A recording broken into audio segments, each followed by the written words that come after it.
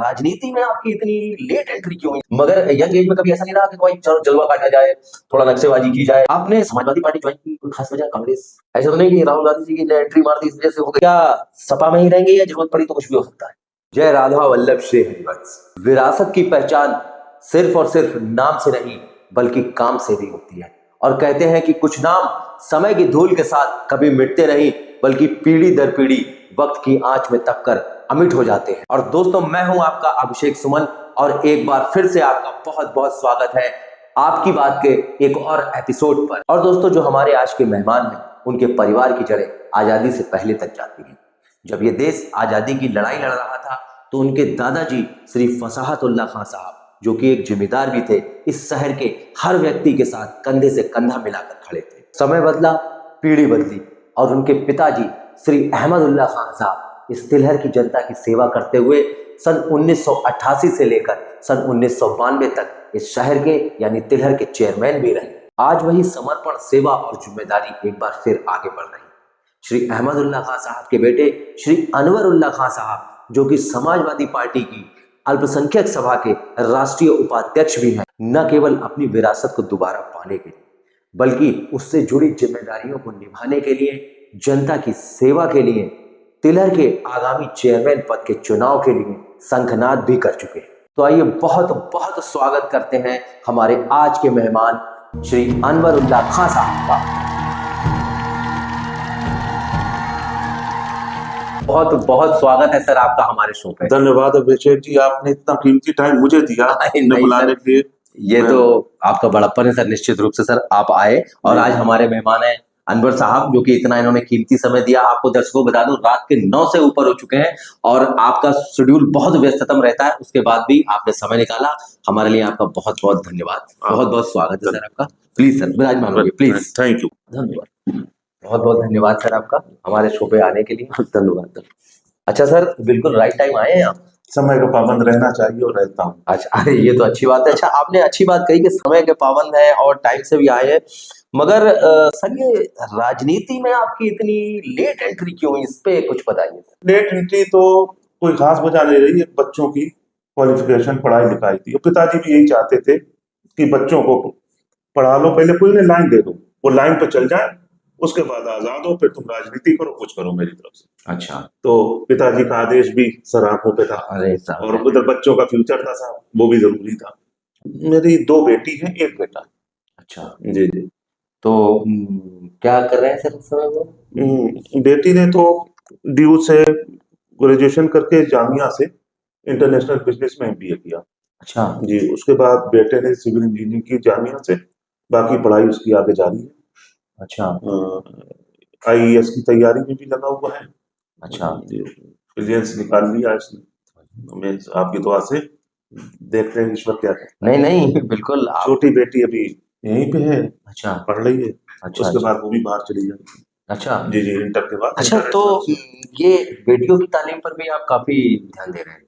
मेरी साहब ये हमेशा से सोच रही अच्छा कि बेटियों को, और खासतौर से आज के दौर में, जब तक अपने पैरों पे ना खड़ा कर दो, खास तौर से बेटियों को, और मेरी ये सोच रही, और ईश्वर ने मुझे इसमें कामयाब किया कि अपने पैरों पे स्टैंड हो जाए, उसके बाद शादी ब्याह कुछ भी, मगर पहले जरूरी है। देख रहे हैं साहब क्या दौर चल रहा है आजकल, ये तो इसीलिए मेरा ये सोच रही बेटियों के लिए खास तौर से। नहीं सर, बड़ी बात है, क्योंकि ड्यू में एडमिशन मिलना ही बड़ी बात है। और आपने ड्यू से, आपकी बेटी बड़ी दिल्ली यूनिवर्सिटी से, उसके बाद में आप बता रहे हैं MBA करा। जी जी, तो ये बड़ी बात है। और छोटी बेटी भी जी है, तो अच्छी बात है सर। ये बेटियों की तालीम पर आप काफी ध्यान नहीं, बच्ची है बाकी वैसे तेज है पढ़ने में, अच्छी। नहीं, चलिए सर, हाँ, सही कह रहे हैं सर, बच्चियां होती है खास तौर से। अच्छा सर, तो मेरा एक आपसे और क्वेश्चन ये था जी कि आप खुद एक संपन्न परिवार से हैं, सभी लोग जानते भी हैं, और आपके परिवार के काफी राजनीतिक संबंधी बड़े बड़े नेताओं से काफी सुदृढ़ हैं, और जितेंद्र प्रसाद जी से काफी नजदीक जी है। जी जी, तो वो कहते नहीं है कि मुंह में कोई बच्चा चांदी का चम्मच लेके पैदा होता है, तो वैसे ही सब बढ़िया संपन्नता रही। तो कभी यंग एज में, हालांकि यंग तो आप अभी भी हैं मगर यंग एज में कभी ऐसा नहीं रहा कि कोई चलो जलवा काटा जाए, थोड़ा नक्शेबाजी की जाए, मतलब गाड़ियों का, मोटरसाइकिलों का तिल में जलवा काटा जाए, क्योंकि भाई आपके परिवार तो कुछ ऐसा नहीं रहा कि चलो भाई नक्शेबाजी करी जाए थोड़ी? नहीं साहब, ऐसा कुछ नहीं रहा। पिताजी का खौफ बहुत रहता था तो एक उनकी ये थी कि डरता था कि कोई शिकायत उन तक ना पहुंच जाए। अच्छा। एक दो बार मैं पिटा भी हूं उनके हाथों से। मतलब ये अगर कोई भी शिकायत करते वो भले ही झूठी पहुंचे उनके पास शिकायत, लेकिन वो उस पर एक्शन हमारे ही ऊपर होता था। तो उनका खौफ बहुत तारी रहता था मेरे पर, तो मैं कभी इस चीज में नहीं सोचता था। अच्छा, जैसे सर एक बार पूछूं, जैसे आजकल क्या होता है ना कि ज्यादातर जैसे कभी कभी होता है ना कि लोग जो है अपने कोई बात हो जाए तो अपने बच्चे की गलती नहीं देते, दूसरे की बच्चे की गलती देते हैं। हाँ भाई, क्या आपके साथ भी ऐसा था कि पिताजी आपको नहीं? हमेशा साहब, अच्छा। चाहे हो या ना हो, गलती तुम्हारी। अच्छा। अच्छा, मतलब चाहे कोई झूठी हो शिकायत भी कुछ आ झूठी जाए। हो, गलती तुम्हारी। अच्छा। बस तो बस यही खौफ तारी रहता था, तो हिम्मत कहाँ से पड़ती है। ये चल सब चीजें चलती रहती। अच्छा, इसमें एक चीज मैं पूछना चाहूंगा कि क्या कभी कोई ऐसा किस्सा बताना चाहेंगे जिससे आपको लगा होगा यार यार आज बहुत मार पड़ेगी आज पिताजी से, मतलब कुछ ऐसा डर कि यार आज भाई बहुत, या कभी उन्होंने ऐसा हुआ कि बहुत डांटा हो, बहुत गुस्सा हो गया, कोई शैतानी आपने करी हो कुछ ऐसी? ऐसा नहीं रही। मैं यहाँ से आरबीएम इंटर कॉलेज में भी मैंने पढ़ाई करी थी। अच्छा अच्छा। तो वहाँ लड़कपन की उम्र थी, हाँ। झंझट हो गई। अच्छा। वो तिलक के वो भी लोकल लोग थे। हाँ हाँ। मारपीट हुई, अच्छा। और मारपीट होके वो साहब, मैं तो नहीं पहुंचा, सबसे पहले वो हम्म। घर पर पहुंच गए, जिनसे झंझट हुआ। अच्छा। तो जैसे ही मैं घर के करीब आया तो जो नौकर थे हाँ। वो जानते थे पापा की आदत क्या है, तो वो आगे लग गए, बोले क्या करके आए हो? अच्छा। मैंने कहा "साहब, कुछ नहीं, झंझट।" कहा, जाओ सब बैठे। तो मैं बस वहां पहुंचा था, ना पूछना कुछ नहीं, बस मेरी पिटाई शुरू हो गई।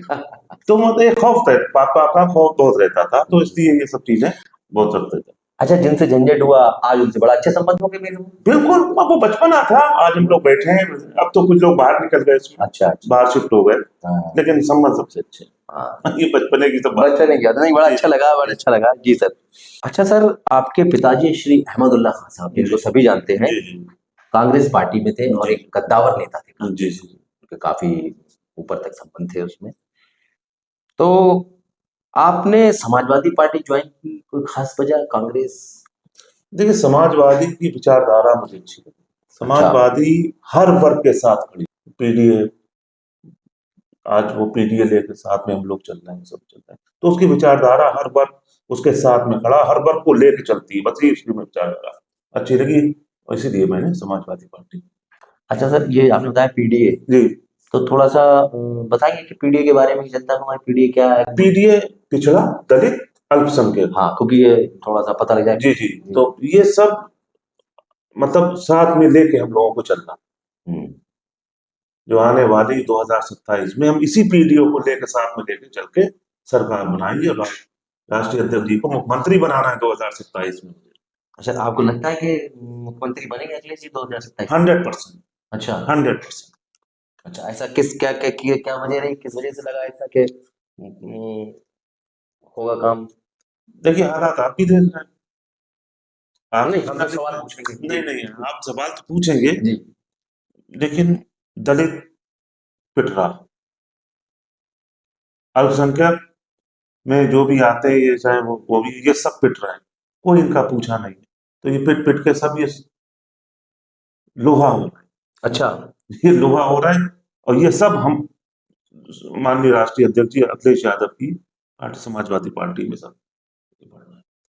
यहाँ भी देखिए दलितों के साथ क्या हो रहा है। अभी भी ये देखिए एक कांड हुआ है, ये लड़की का, माँ को मार दिया। कहाँ पर? लड़की ये मेरठ में। अच्छा। अभी हमारे विधायक अतुल प्रधान जी वो वहां पे गए थे, प्रशासन, मतलब क्या है, ये तो मतलब मरे तो कोई अगर नेता जा रहा है तो आप उसे जाने नहीं दोगे, ये तो सब सब खुली वो है। तो ये सब सब मिला के, ये सब चीजें मिला के पीडीए हम लोग साथ में लेके चल रहे हैं, ये पीडीए का नारा दिया राष्ट्रीय अध्यक्ष जी अखिलेश जी ने? ने। अखिलेश जी। अच्छा, मगर जैसे अभी आपने कहा कि सब लोग आ रहे हैं इसमें, ऐसे ऐसा बात है, मगर अगर देखें तो अगर यही बात करी जाए तो ये बिहार के इलेक्शन तो बिहार, का मतलब बीजेपी का बहुत बाहुल बड़ा, और इसी को लेके कहीं ऐसा ना हो, मतलब ऐसा तो नहीं कहीं कोई गड़बड़ हो उत्तर जाए? प्रदेश का चुनाव आप बिहार से ना जोड़िए। अच्छा। यहाँ डिफरेंट मैटर, यहाँ अलग। यहाँ अलग है। यहाँ क्योंकि बिहार में तो कहानी बिल्कुल पलट गई थी, क्योंकि एक समय ये लगा, ऐसा तो नहीं कि राहुल गांधी जी की ने एंट्री मार दी इस वजह से हो गई है गाड़ी? नहीं नहीं, वो तो वो एक अलग चीज है। मैंने आपसे कहा बिहार का चुनाव उत्तर प्रदेश से ना जोड़िए। अच्छा उत्तर प्रदेश में स्थितियां और हैं, जो आने वाले टाइम में आपको पता चल जाएगा। अच्छा। अच्छा। अच्छा साहब, आपने अपने पिताजी की राजनीति का दौर भी देखा और आज की राजनीति भी आप देख ही रहे हैं, कर भी रहे हैं। तो उस दौर की राजनीति और आज की राजनीति में आपको कुछ अंतर दिखा या? नहीं है अंतर, अच्छा। काफी बड़ा अंतर है। उस दौर के लोग जो होते थे और आज के लोग में बहुत फर्क है। पहले की जो राजनीति होती थी, देश का विकास, शिक्षा, बेरोजगारी, इन सबको लेके ये एक अहम मुद्दा होता था। आज की राजनीति क्या है? आज की राजनीति है कि अपनी पहचान, चुनाव किस स्टैंड से जीतना है उससे, धर्म, जाति और अनेकों अनेकों मुद्दे आज की राजनीति में सब शामिल हो गए, जो कि पिछली दौर में राजनीति में ऐसा कुछ नहीं था। आज से आप 50 साल, 50 साल थोड़ी, 30-40 साल पहले चले जाइए, क्या दौर था वो, आज क्या दौर है। नहीं क्या आपको लगा डेवलपमेंट नहीं हो रहा? डेवलपमेंट, देश बिल्कुल कंगाल कर दिया। डेवलपमेंट कहाँ से हो गए, कंगाल हो गया है देश। बताइए, नौकरी नहीं, पेपर लीक, बच्चे क्वालिफाई कर रहे हैं तो उस पर रिट दायर हो जाती है, ये हो गया वो हो गया। तो ये क्या है, बच्चों के साथ जो बच्चा 3-3 साल मेहनत कर रहा है, वो एग्जाम दे रहा है, पास हो, तो उसका तो मनोबल वैसे ही आप तोड़ रहे, क्योंकि आपके पास नौकरी नहीं है, आप पेपर लीक कर रहे हैं। ये सब एक साजिश है। देश खोखला हो चुका है, अच्छा, बिल्कुल पूरी तरीके से। मतलब खोखला होने से मतलब क्या कहना चाहेंगे आप? खोखला होने के बाद देख लीजिए, बेरोजगारी बढ़ रही है, सड़कें देख लीजिए, शिक्षा देख लीजिए, कहाँ पे आपकी शिक्षा का स्तर कितना गिर गया, बताइए आप। अच्छा, कैसे क्या गिर गया है? क्या आप बताइए, कितनी नौकरियां हो गई। अभी आप चलिए, मैं इस भाजपा सरकार की बात आपसे कर रहा हूँ, कितनी नौकरियां मिल गई। बच्चा पेपर देता है, मेहनत करता है, और जब रिजल्ट आता है तो साहब रोक लग जाती है उस पर, या वो कोई रेड टायर हो जाता है, उस पर ये हो जाता है। तो ये तो बच्चों के साथ भविष्य, फिलहाल जो बच्चे मेहनत करके जा रहे हैं, तो उनकी तो नौकरी है नहीं। जब नौकरी नहीं तो उन्हें ये करना है। ये सुनो जी, देख, साजिश है, साजिश है, सब जानते हैं कि हम कर भी रहे हैं साहब, है भी नहीं कुछ। ये है। इस मुद्दे पे ज्यादा बहस ना करते हुए बेरोजगारी, मैं ये कहना चाहूंगा कि जैसे आज आप भी देखते होंगे कि सिर्फ और सिर्फ जीत माने रखती है, चाहे कोई पार्टी हो, चाहे कोई उम्मीदवार हो, चाहे और हो और भाई ग्रुप, वो सिर्फ जीतना चाहता है। पार्टी अगर उसको लगता है प्रत्याशी जीत रहा है तो जी सही है, जी। अगर हार रहा है तो उसको बाहर कर दिया। हम्म, अब प्रत्याशी ने देखा कि अगर यार मुझे इस पार्टी में भला नहीं हो रहा है तो वो दूसरी पार्टी में चला जाता है। जी। तो ये सब देखते हुए कि तो आप क्या सपा में ही रहेंगे या जरूरत पड़ी तो कुछ भी हो सकता है?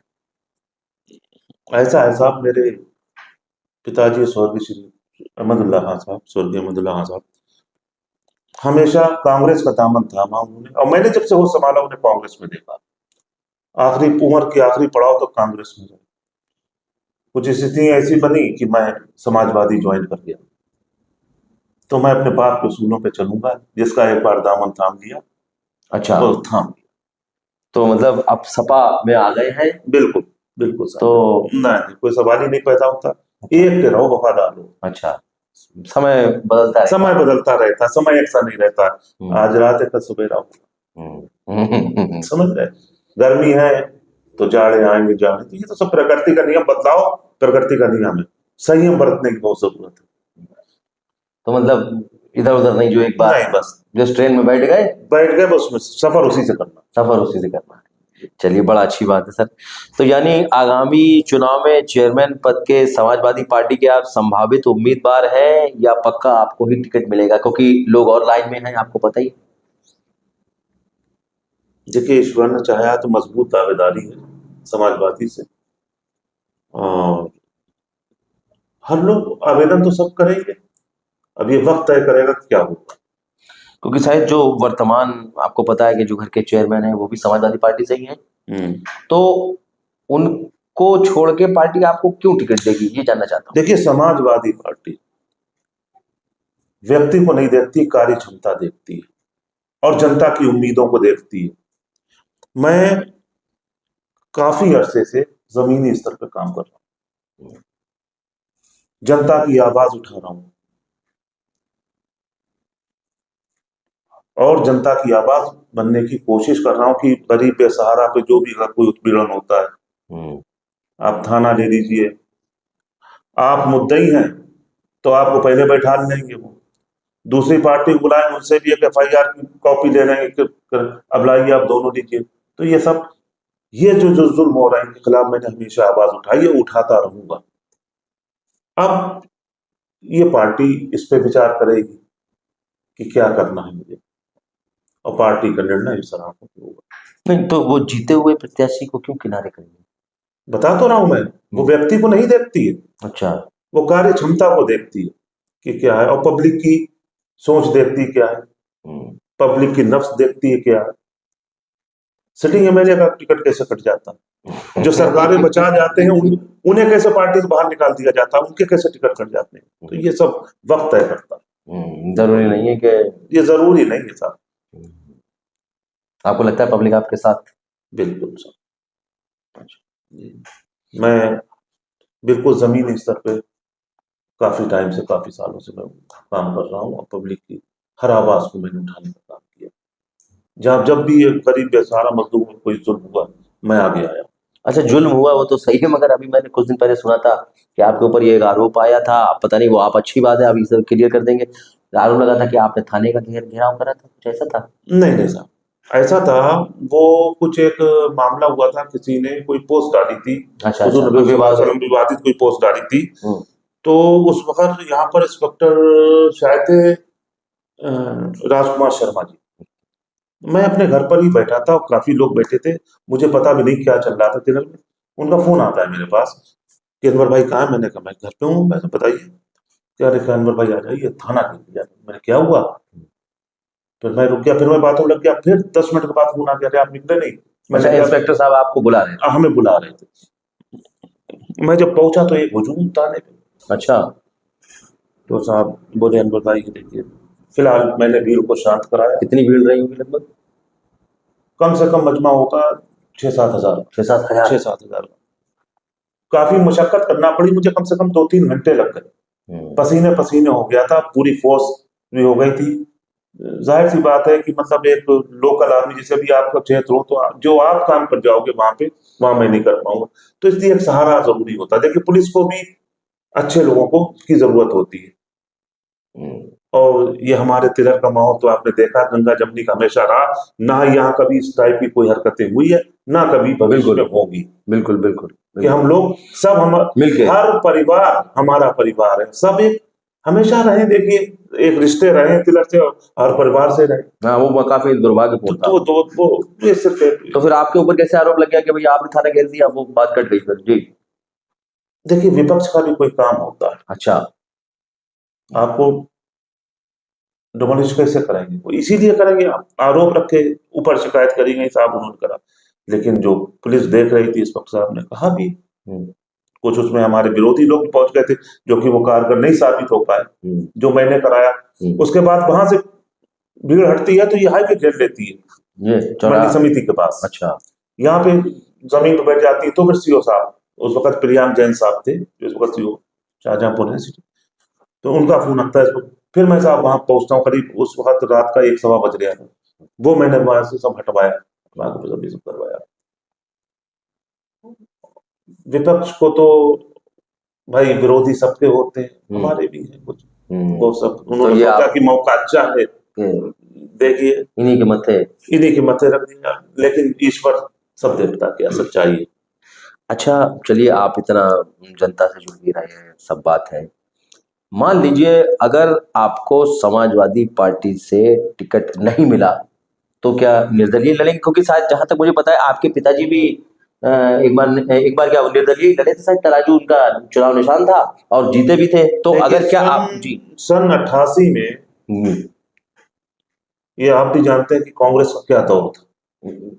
सिर्फ कांग्रेस ही थी उस समय? सिर्फ कांग्रेस थी, वो कुछ था ही नहीं। उसके बाद स्वर्गीय कुंवर जितेंद्र प्रसाद जी और मेरे पिताजी का एक भाई का रिश्ता था। अच्छा। वो पार्टी के नहीं थे, वो एक भाई के साथ थे। माननीय श्रद्धेय नेताजी उस वक्त चुनाव लड़े, तो वो आ गए थे जब उन्हें पता कि चेयरमैन साहब जो है माननीय नेताजी का चुनाव। तो उन्होंने ये साफ कह दिया कि ये इसमें मैं आजाद हूँ, आपका चुनाव होगा मैं आपके साथ हूँ, लेकिन इस वक्त मुझे नेताजी का चुनाव लड़ाने दिया। खुल के नेताजी चुनाव लड़ाया था। मगर हाँ, उस पे भी बाबा साहब ये कहते रहे, जितेंद्र प्रसाद जी, स्वर्गीय जितेंद्र प्रसाद जी कहते रहे कि टिकट से लड़ लीजिए। तो उन्होंने कहा कि अगर मैं टिकट से लड़ूंगा तो फिर मेरी पहचान क्या है? अच्छा, आप मैं भी तो पिताजी- जानूं कि मैं क्या हूं। देखिए, ये चुनाव फेस पे लड़ा जाता है, शख्सियत पे लड़ा जाता है, लोकल चुनाव। लोकल चुनाव, इसलिए वो लड़ गए थे। लेकिन देखिए, मेरा एक उद्देश्य है कि जनता की सेवा करना। मैंने अपने पिताजी को करते देखा, उसी हिसाब से मैं कर रहा हूं। चुनाव लड़ना ये ना लड़ना ये अलग चीज है, लेकिन जनता की सेवा, जनता की आवाज बनना ये एक अलग चीज है। तो क्या मान लो अगर टिकट नहीं मिला तो निर्दलीय उतरेंगे मैदान में? फिर नहीं? ये अभी बहुत समय, ये वक्त तय करेगा, ये कुछ नहीं। लेकिन एक बस एक नियत है कि जनता की सेवा, आखिरी दम तक, आखिरी सांस तक। अच्छा, चलिए, तो अच्छी बात है। जी। अच्छा, इसमें एक और भी पेच आता है तिलक की राजनीति में कि मान लीजिए अगर सीट ही जनरल नहीं हुई फिर क्या होगा? मान लीजिए अभी तो सीट है, मान लो अभी जैसे हुआ था, अब मान लीजिए इतनी मेहनत कर रहे हैं आप और सीट ही जनरल नहीं, फिर? मैंने साहब अभी भी आपको इस चीज का जवाब दिया जी। कि चुनाव लड़ना या ना लड़ना एक अलग चीज है। जनता के लिए सेवा, जनता के लिए समर्पित होना, जो मेरा परिवार करता चला आया है मैं करूंगा। ये ईश्वर ने मौका दिया लड़ूंगा, नहीं दिया नहीं लड़ूंगा, लेकिन सेवा वो जारी रहेगी। अच्छा, मतलब अगर चुनाव में नहीं लड़े हम्म। तो भी सेवा जारी, जनता के बीच रहेंगे। जनता के बीच रहेंगे, जनता की आवाज। अच्छा, चुनाव से इसका कोई लेना देना नहीं? चुनाव से- मतलब जो भी आप कर रहे हैं जी जी, उसका चुनाव से? चुनाव से कोई लेना देना। हाँ, वो तो ये पारिवारिक हमारी विरासत है, उसे संभालूंगा और आखिरी सांस तक संभालूंगा। अच्छा, बिल्कुल, ये बात तो ठीक है। जी। अच्छा सर, काफी सारे लोगों का ये भी कहना है, या यूं कहिए कि एक कंप्लेंट है कि आप कुछ खास लोगों से ही घिरे रहते हैं। मतलब आपके अगल बगल बड़ा कुछ खासम खास लोग ही रहते हैं, आप पब्लिक से टच अभी क्या कहना चाहते नहीं साहब, ये तो निराधार आरोप है मेरे ऊपर। बिल्कुल निराधार। मैं जितना समय पब्लिक में देता हूँ और चाहता भी ये हूँ कि मेरे और पब्लिक के बीच कोई सीढ़ी ना लगे, कोई मीडिएटर? कोई मीडिएटर मैं बीच में पसंद ही नहीं करता हूँ। मैं सोचता हूँ सीधा संवाद मैं पब्लिक से रखता हूँ और यही चाहता हूँ पब्लिक मुझसे सीधा संवाद करे। किसी की जरूरत नहीं मुझ तक पहुंचने के लिए। मोबाइल नंबर है सबके पास है, सब किसी को, और ज्यादातर ये साहब होता ही है। और अब देखिए, आपसे हमारी बात हुई, पहली बात हुई, हाँ हाँ, लेकिन कभी को ऐसा हाँ ना, खैर मुझे पता डायरेक्टली, मैंने सोचा कि ऐसा ना पीओवी से कुछ मैंने वो डायरेक्टली को बात नहीं करी। साहब, ये कल तो भी मैंने आपको जब शायद रात में फोन किया था तो भी शायद कुछ पंचायत वगैरह कुछ चल रही जी थी। जी जी जी जी जी जी चल रही है, लेकिन ऐसा कुछ नहीं। अच्छा, मतलब डायरेक्ट सीधा रहता है? सीधा संवाद रहता है पब्लिक से। अच्छा, जो तिलर का इलेक्शन है सर, हम्म।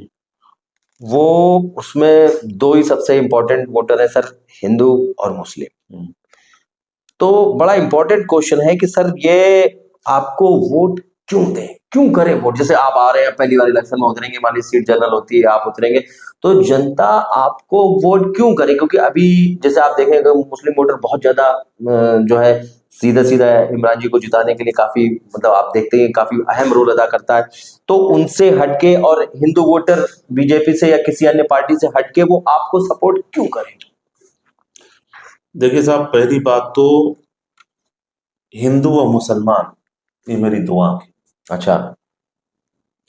और तिलहर का कोई भी परिवार हो, किसी समुदाय से, वो मेरा परिवार है।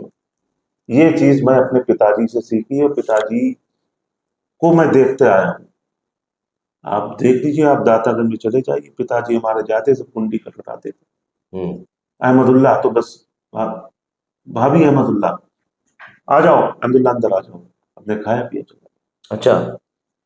तो वो परिवार आज भी, मैं उन परिवारों के से दो जो पिताजी के रिश्ते हैं वो बांधे। और पहली बात तो धर्म जाति बिरादरी से हट के मेरी सियासत है। मैंने आपसे कह दिया, ये दोनों मेरी आंखें और दोनों मेरे परिवार।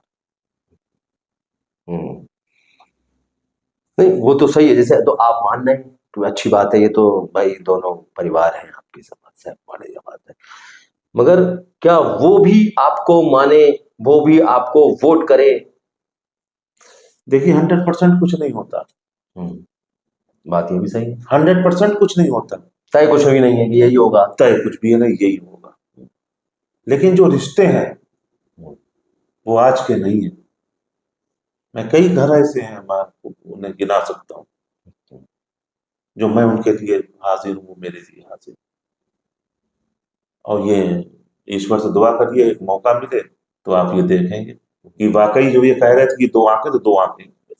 नहीं, बिल्कुल मौका मिलना चाहिए, जी। क्योंकि तिलहर का इलेक्शन भी बड़ा कर्रा इलेक्शन होता है। और बिल्कुल अच्छी बात है। मैं भी चाहूंगा कि आपको वोट करें लोग।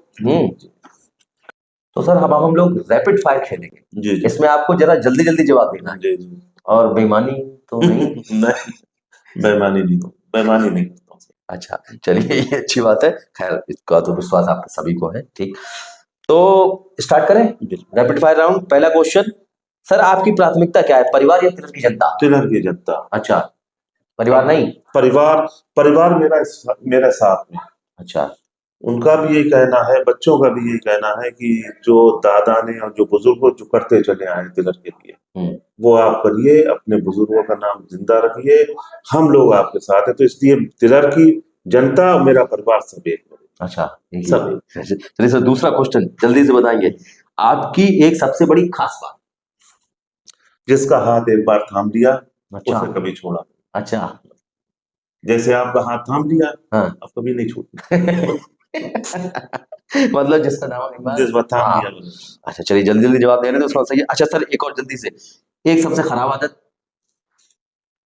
हक के ऊपर जो अगर सोच लिया कि ये हक है, और जो ठान लिया, अच्छा, बस फिर वो मतलब जो सही है। जो सही है। अच्छा, क्योंकि ईश्वर ने आज तक कोई गलत नहीं कराया, उम्मीद है ईश्वर से, और यही दुआ है कि कोई गलत ऐसा ना कि वो नाराज हो जाए। हाँ, बढ़िया बढ़िया सर, जल्दी जल्दी जवाब देना। आपके जीवन का मकसद क्या है? इसका जवाब मैं एक शेर से दूंगा। अच्छा, बिल्कुल, इरशाद।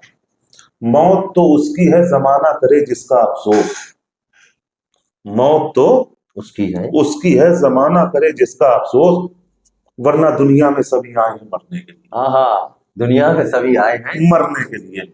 ये मेरी सोच है, ये मेरी ख्वाहिश है, मेरी ईश्वर से ये दुआ है कि मैं अपनी तिलहर, जहां मैं पैदा हुआ हूं, इस मिट्टी में कुछ ऐसा कर जाऊं मेरे ना होने पे तिलहर मुझे याद रहे। हाँ, बहुत। ये ख्वाहिश।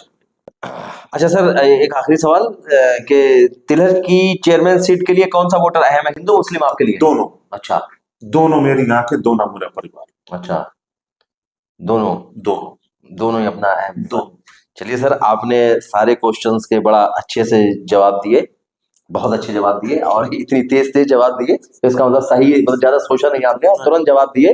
बढ़िया सर। जो दिल में है वो जबान में। हाँ जी, अच्छा बिल्कुल।